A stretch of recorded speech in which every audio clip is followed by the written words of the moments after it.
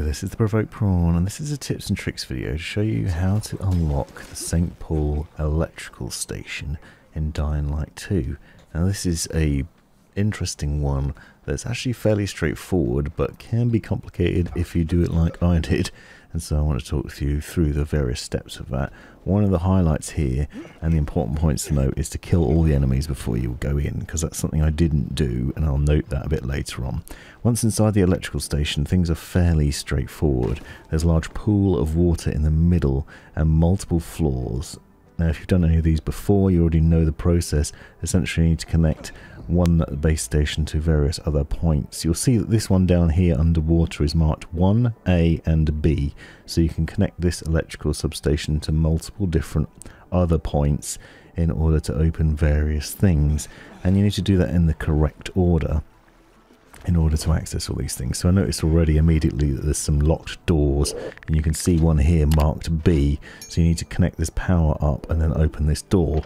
But the interesting point of note is that on the floor below there's another door marked B, so that power box actually opens 2 doors, and it's important to do both of them because it makes life a lot easier. I'm not doing it in that order because that's not how I did it, but I would recommend if you're going through this process to do exactly that. So you can use that power cable to open those doors marked B, both on that floor and the floor below that's underwater, and then the same process over here for door A. So door A, again, connect that initial power box that's underwater to this, press the button to open the door to door A, both on this level and underneath.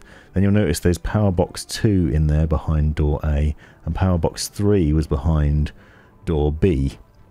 It's important to note because obviously we have to go through the process of connecting these up, so we're making sure that you open the doors on both levels for both A and B. This will make your life a lot easier when we carry on with these. You can see me doing it here, and you can see open up A. Now once you've opened up the underwater version of A, you can then swim through some corridors which are then flooded.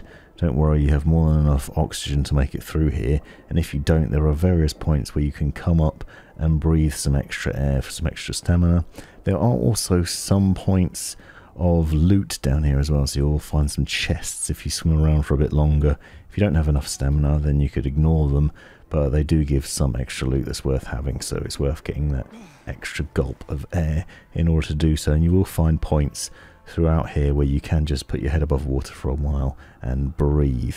You should then find a locked door that you can access from this side. Opening that up then gives you access to carry on with the process, and you'll see we're now in a point where we can get to the cables for power box 2. So this is clearly marked 2, and that's the only one that it will connect to. And it's worth noting the difference between that and the original one that you used, which was available for 1A and B. This one is just for 2. So you swim from there and you swim back up to where we initially started, because now we've opened those other underwater doors, we now have access to be able to do that. Now we're at this level, you'll see that behind door A, marked main 2, is the power box for 2. So now we can plug that cable in that we acquired from downstairs, plug it into this box, and we've completed that part of it. Now, as a refresher, don't forget that you need to make sure that both levels of B are open. So here you can see me going through that process, opening door B that's underwater. This then gives us access to swim around on the underside of here. And again, it's a similar sort of process. You basically have to swim through some flooded corridors in order to find a little bit of loot.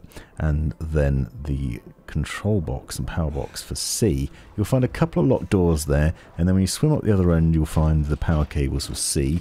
Connect that up, and then basically have to trace back the way you came back into that flooded area, and then you can find the other end where you need to connect that power cable that we've just acquired.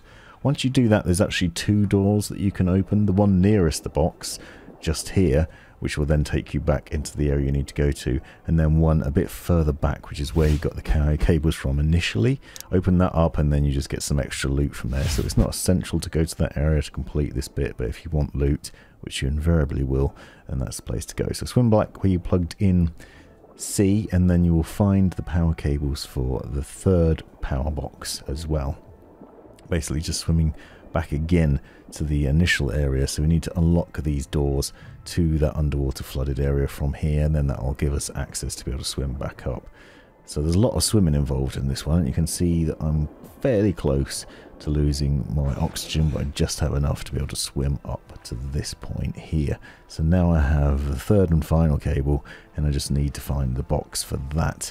And that is actually fairly straightforward because, again, they're all located on that level. So behind the initial door that you opened, B, you'll then find power box 3. So now those two are connected. Now basically what we need to do is retrace our steps, take out the power cable from the door B or A, whichever one you have it connected to, and then swim back up and connect it up to power box 1. So now we have all of them completed. At this point I found that I couldn't actually access the final bit, and that was simply because I hadn't finished off the enemies outside, so I actually had to go back outside, and this is why it's important to kill them all off before. So there's a lot of renegades outside that need dealing with. You've got to kill them before you can finalise the electrical station and complete the final step of this challenge. Obviously this is also important if you want to get some of that extra loot, because the loot in the area will be destroyed once you've finished this section, and that's the same with all those electrical substations.